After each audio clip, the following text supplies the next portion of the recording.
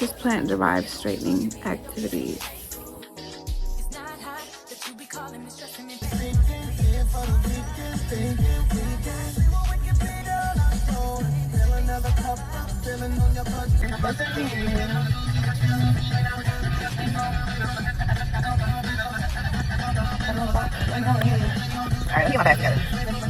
If you're not listening to your body in 2026, I don't know what to tell you.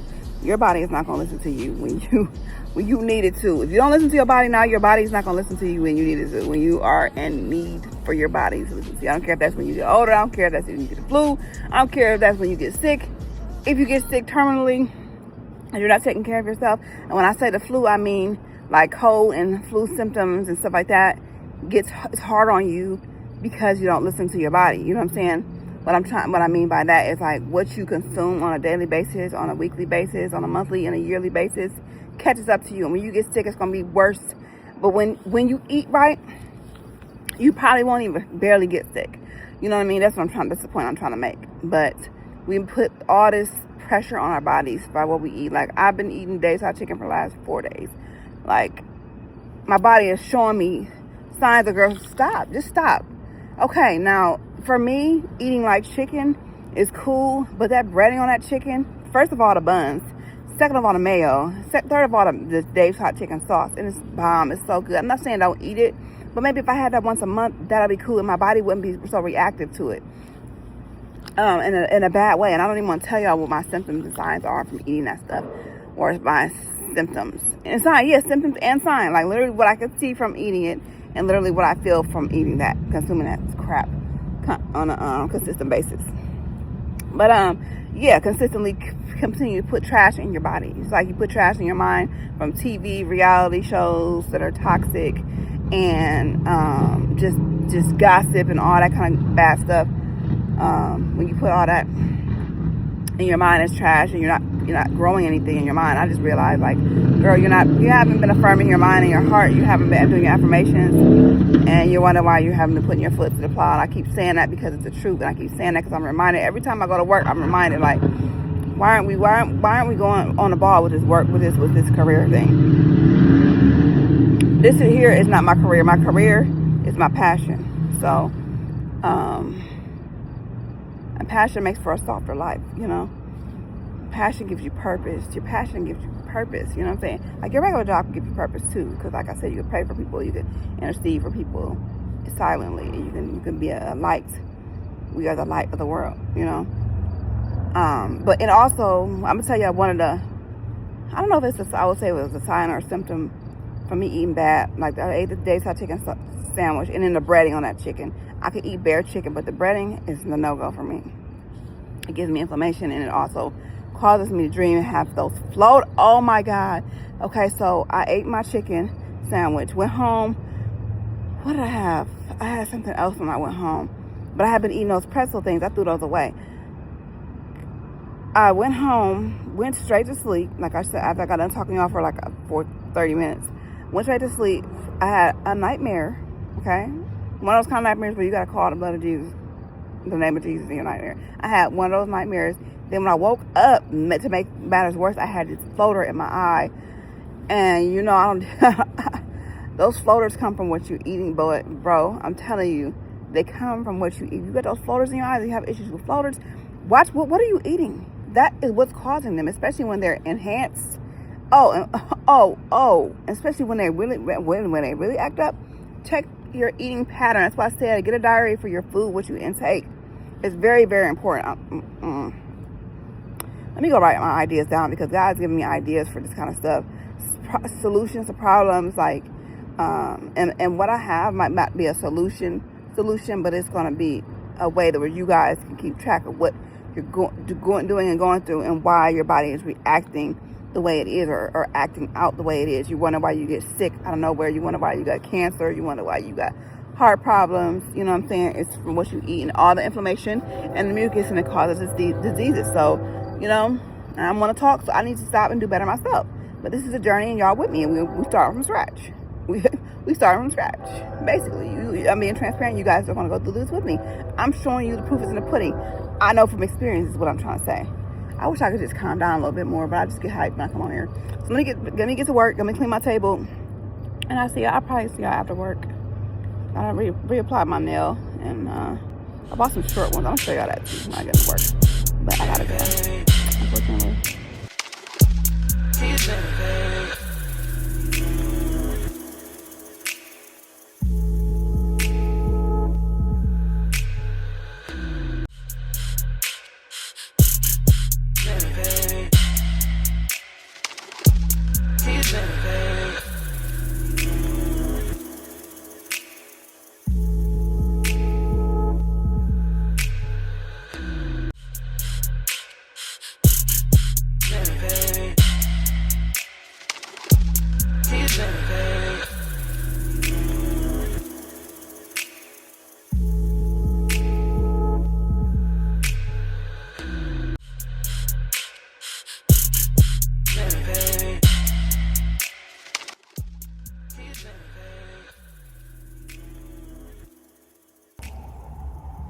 Okay, I have lashes and nails to do. I did file my nails. I want to buff them and the ones that need to be done.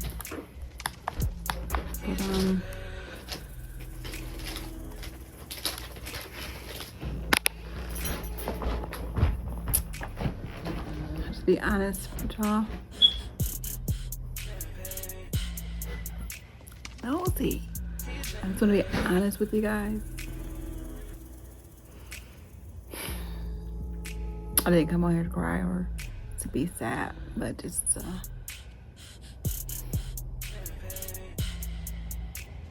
is the moment for me that I'm going through the motions.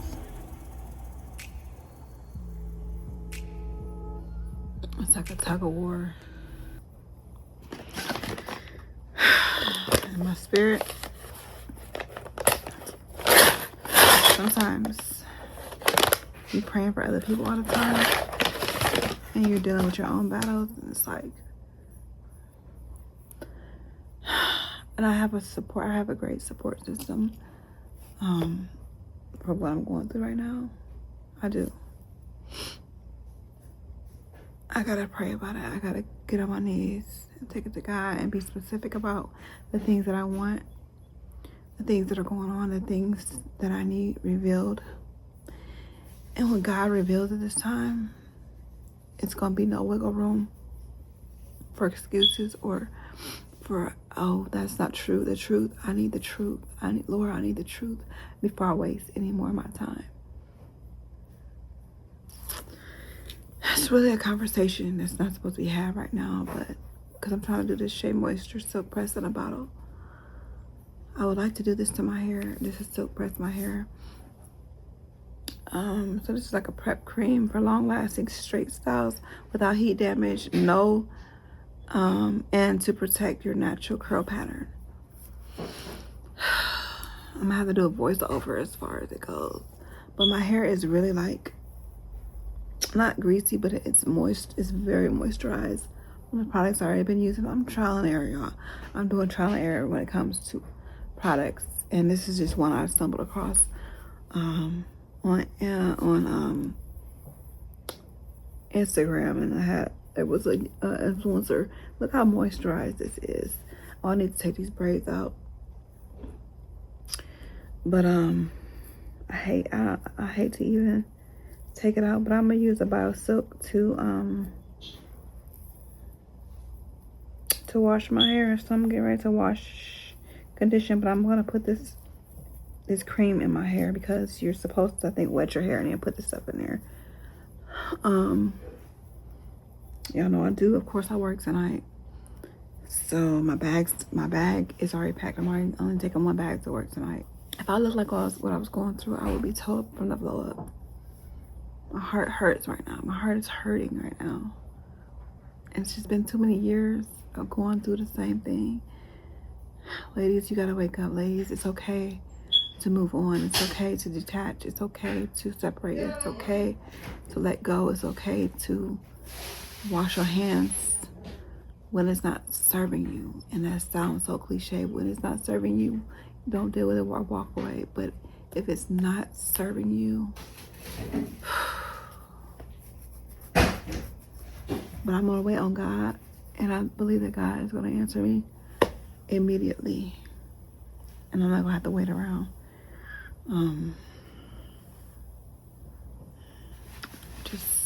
I'm just over it. I'm just so over it. So I ordered a Smoothie King today. I ended up, I thought I got the kiwi, strawberry kiwi, but I ended up getting a kiwi in like a, not vegetable, but kiwi in like, I added kale, but there was kiwi and some other green. I don't know what it was, spinach. It wasn't spinach, it was something else. But it's actually really, really good, but I'm looking for that sweetness, you know, and this is more like a healthy, like a juice, and you freeze it. This is what it tastes like. So I wanted to add some frozen fruit to it and like some agave, but I don't want to mess it up. It's perfect actually the way it is, and it's healthy. I haven't been experiencing any inflammation since I've been sipping on it. Like I told y'all, I have been dealing with some inflammation. So this is right on time. And I got the big boy. I got it off of DoorDash. This was $15. I did get some more of those chips that I had. They taste just like salt. Like if you go to a restaurant, a Mexican restaurant, and you get chips and salsa, tastes just like those. Just tastes like you're eating chips and salsa. That they're so well seasoned and perfect. They do have artificial sugar in them, so I don't like that. But I got kale in there. Let me get a bite. Why you make me a little bowl or something? Cause you got some in there. Somebody ate some. I got what? Somebody just ate some. I didn't eat. That was Olivia. You know I don't make noodles. See, I don't need to be eating that. Never mind. Oh my God, I'm hungry. Could ask some she would have took it. I'm not going nowhere. It's time. Okay. This is plant-derived straightening activities. So let me see the instructions on here. I'm gonna do like a voiceover because it's really weird. We're not alone, so I can't really express how I feel. So okay.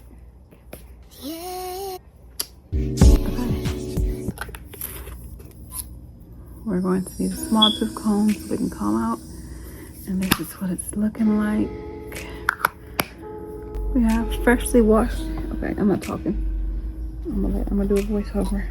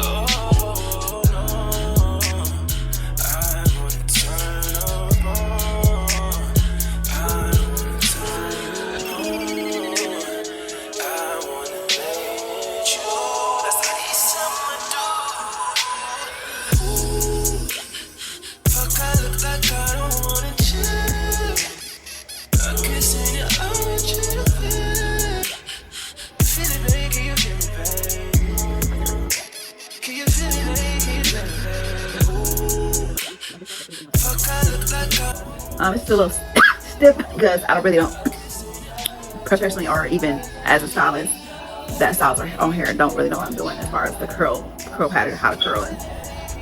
You know what I'm saying? I could probably use some better tools as far as my flat iron, but I'm scared that I'll comb it. But it's pretty though. It's pretty, but the way I curl it is just like separated, and I don't know, I'm scared to wrap it, but I'm gonna have to wrap it because I don't want it to turn up.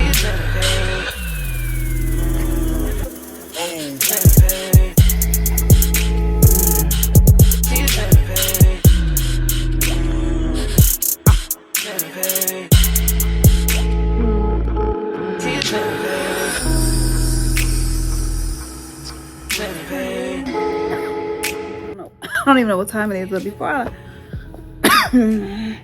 before I turn it in, I want to come over here and briefly just state some things. What was on my mind? But something was just on my mind.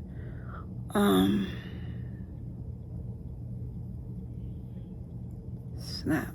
Well, I know what's in my heart. What's in my heart is that, oh, here it is. See, I thought about when I know what's in my heart.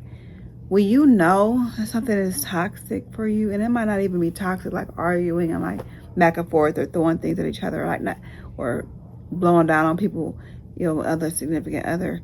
When you know it's toxic for your spirit, like you're drained spiritually, you're just like mentally like kind of like checked out because of all the trauma and all the past trauma with the new trauma. I'm traumatized by the past. I thought I could trust again, and it was going good until you find some things out and it traumatizes you, and it brings up old trauma, and it brings up old wounds, and it brings up Jesus. When you turn 40, ladies, like, I don't know, something just clicks. Like me and my cousin, we were talking, like, she was saying that when you turn 40, you start looking at, like, this is my life. This is my life. There are so many women that are younger, that are older, that have money, that are broke, that are traveling in the world and living their best life, even if they have to come back to their small hometown, to poverty or to mediocrity or to a husband that's not doing them right or to chaos. There's still women that make it look beautiful and still live their soft life and get out there and just live, But I'm just like, I don't want to just get out there and live and then still attach myself to the thing that's hurting me. So while I'm living, and then something comes up with the situation, it's like it puts a damper on my living. It puts a damper on, I can't be happy and out here going and traveling when I'm hurting. That's the difference. That's the difference between me letting go and me holding on. People say hold on and let God and stuff like that, but I know God's voice, and I know what God is telling me to do, and I'm going to be obedient. At the end of the day, that's just the truth of the matter. I'm going to be obedient. I'm writing a book about it. I'm telling my truth one day, so y'all don't have to worry about me sugarcoat or like putting a cape over the painting or anything like that. But what was in my heart was my feet are swelling. They're like little sausages. But when you get deeper into that thing, knowing that that's something that you should let go, and God revealed you little snippets, but it's like, Lord, I need more to move off of. I don't know if I should move. That's confusion. God is going to show you. He is really going to show you, and it's going to be no wiggle room, no room for the person to say, oh, that wasn't me, I didn't do that, or this and that. God's going to reveal. He's going to expose. So what I'm saying is, when you take what you know, and you know in your heart what it is, but you try to cover it up and say, put the rose-colored glasses on and be like, oh, I'll just give it another chance, or maybe it's not that, but you have proof, some proof, not the full proof that you need to really make that move. But it's like you have enough, and there's history and there's past trauma, like I said, and once they do that, they're always probably going to do that, and they never really change. They just find a better way of hiding it. That's another thing my cousin told me that her son said. They just find a better, they don't change, they just find a better way of hiding it. Well, I'm not going to be in that kind of position with that kind of person, living my rest of my life like that. because I'm open. And as a women, we open ourselves up and we trust people, and we open up our bodies, our minds, our souls, all of that. That's why we get jacked up emotionally, and that's why a lot of women, these men are bringing things home to us, because we leave ourselves open. Like, this is our position. We're supposed to be open and trusting, you know what I'm saying? But when you know what you know, and when you got to move with caution, ladies. You got to move with caution. You got to protect your health. My health is very important. It's too important to me to leave myself open to that nature. So, but I was saying, like, emotionally and like spiritually, like when you know what you know, but you still try to work it out, and you still trying to stay in that situation, or you still trying to say, okay, I'll make plan B. I'll go from plan B, which was me moving on, to plan C. Let's just test the water and see what's going on, or let's get more proof, or whatever the situation is. When God gives you an out, you should take it. Especially when you ask for it. When you reverse and you listen to others, or you let them persuade you into thinking that's not what it really is, when obviously it is, you get deeper and deeper. It gets harder for you to move on. Like, emotionally, when I first found out the information I found out, I was so to the point where I was at my breaking point. It didn't even hurt. It was just like, damn, like, you did, oh, really? It was just like, I'm ready to move. Like, I'm cool. I'm good. I'm cool on you. I'm good. I was so strong. But listening to outside sources, instead of listening to strength, wisdom, people that have wisdom and strength and that been through it and are like, don't waste your years and don't waste your time. Instead of listening to them, they were trying to pull me forward and trying to help me and guide me and mentor me. I needed their strength. I told them, I said, I need your strength right now. But then I kind of shied away from them to fall back into the okie doke, into the comfort of what I'm used to, the comfort of, you know what I'm saying, what was supposed to be covering me, but what has left me wide open. That has not covered me, has not really protected me like they say they are protecting me. Because it's more than physically protecting me. You're not protecting my heart. You're not protecting my mind. You're not protecting my spirit. You're not protecting me for real, as you should cover me. So it's like when I fell back into like, okay, we'll work it out, or let's have this conversation. This is what it is. Are you doing such and such? Of course, they're not going to admit it. If they're a coward, they're not going to admit it. Okay, so you're dealing with a real coward here. So then you stay, you know what I'm saying? You stay in that situation, and it gets harder. Even when you find out more stuff, little tidbits, it's like, damn. But it's like, it's hard for me to maneuver. It's hard for me to get that momentum to go. It gets harder because emotionally, I find myself more attached to the situation or this person. You know what I'm saying? And it gets deeper, and it gets harder for you ladies to leave. It gets harder for you to pick up and move on, to continue on to go on and pick up your plan B, because you left your plan B at the door while you went back inside the house. So when you go back out to find a plan B, it's like, where is it at? Where did it fall under the porch? Did the mailman pick it up? Did somebody come steal my packet off the porch? So it's like, you gotta make a plan C. You know what I'm saying? So God is not a God of confusion, and He is going to expose. That's why what I'm doing right now, I'm standing still and I'm waiting on God. And at the same time, He said, faith without works is dead. I have a reason to leave my situation. I have a valid reason, a biblical reason to leave my situation. So I'm waiting on God, but I'm moving still. I'm moving calmly, quietly behind closed doors, like, to make sure that I'm cool, like, it's in case something goes crazy or goes left, or just, I'm still trusting God. Just because I'm moving and doing things doesn't mean I'm not trusting God. That's what I have to explain to certain people.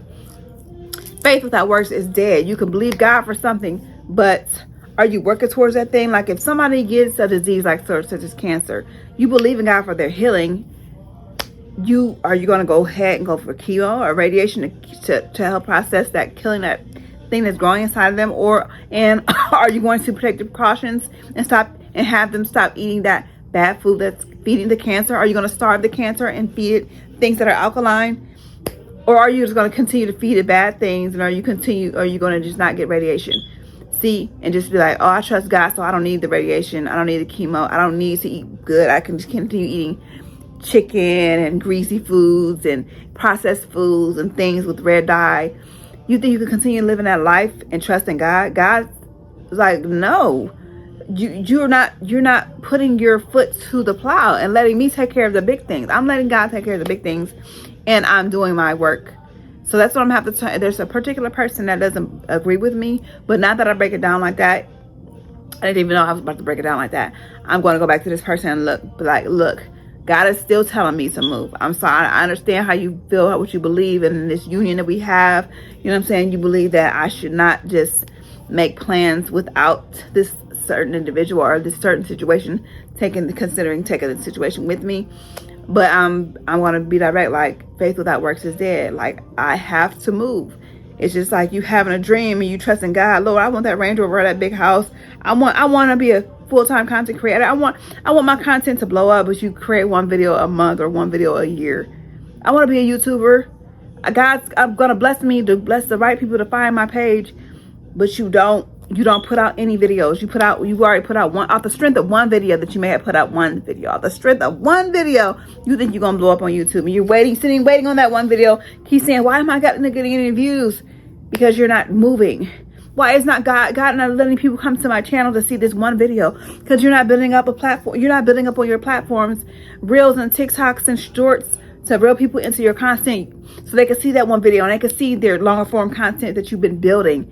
You build, and they will come. You build, and it will happen with God's strength, and God is your strength. And God, it takes care of the bigger things that you have no control over. Like, where do I go from here? I'm not worried about that. God has that. I'm just working on what I can attain and what I can work on. And if God doesn't want me to go that way, and you know what I'm saying, he will blast it out with something, a bigger blessing and a miracle. So I'm going to leave that right there. I'm gonna leave that right there, and that's my truth. That's my truth. Okay, so I don't know about y'all, but that's my truth. So I hope that can help somebody else. But let me get off of here, because you have to follow your hearts. You cannot always just follow people's opinions and people's what they bring to your situation with, as far as their what they see, looking outside, seeing the bigger picture, seeing you know, you can't depend on that. You can't. You can